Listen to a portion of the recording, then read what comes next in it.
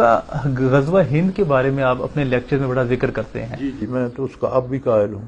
ٹھیک ہے، تو اب یہ بتائیے گا کہ ہم نے انڈیا کو فتح کر کے کیا کرنا ہے؟ نہیں، ہم نے فتح نہیں کرنا. ٹھیک ہے.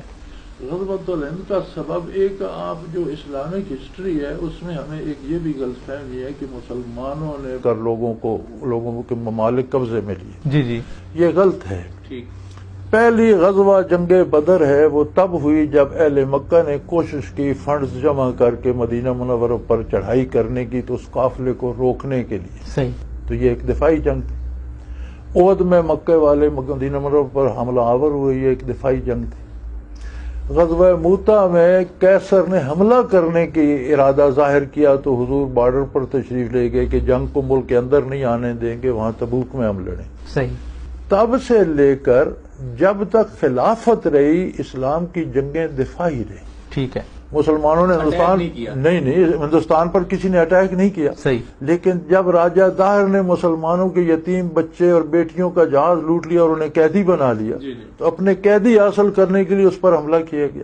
ٹھیک. جب اس کی ریاست فتح ہو گئی تو اگلی ریاست میدان میں مقابلہ ریئیکشن میں کیا جو بھی کیا، ریئیکشن میں ہوا جو بھی.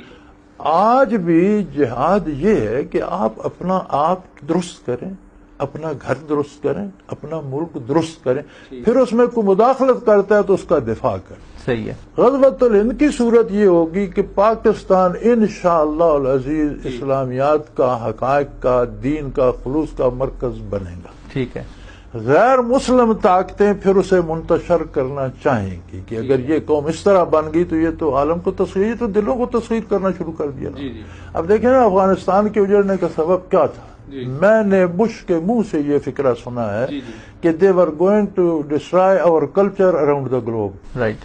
یعنی بیسک وجہ یہ تھی کہ ہمارے لوگ تو یہاں بیٹھے کلمہ پڑھ لیں گے، ہماری تو قوم تباہ ہو جائے گی. جب پاکستان اس سطح پہ پہنچے گا تو غیر اسلامی طاقتیں اسے کچلنے کی کوشش کریں گی، جس کے دفاع میں غزوۃ الہند ہوگا. ٹھیک ہے. ہمیں فتح کرنے کی ضرورت نہیں، لیکن جب کوئی لڑے گا تو ہرے گا تو پھر فتح ہو جائے گی. جنگ پاکستان اور انڈیا کی ہوگی، بین الاقوامی ہوگی. بین الاقوامی ہوگی. اور یہ کب تک ایکسپیکٹڈ ہے؟ یہ وقت کا تعین نہیں کیا جا سکتا. ٹھیک ہے. جب میں نے اس کی بات 90-92 میں کی تھی تو کہتے تھے افسانہ ہے. ٹھیک ہے. آج شواہد اتنے قریب آ گئے ہیں کہ میں اور آپ دیکھ سکتے ہیں کہ حالات ایسے بن رہے ہیں کہ آج پاکستان اگر آباد ہو جاتا ہے اور عدل ہو جاتا ہے اور ہر کوئی آزادی کی زندگی بسر کرنے لگتا ہے تو کیا اسے غیر مسلم ممالک برداشت کریں گے؟ ملیشیا بھی تو مسلم ممالک ہے، اس کی طرف کیوں نہیں کوئی دیکھتا؟ وہ ملیشیا مسلم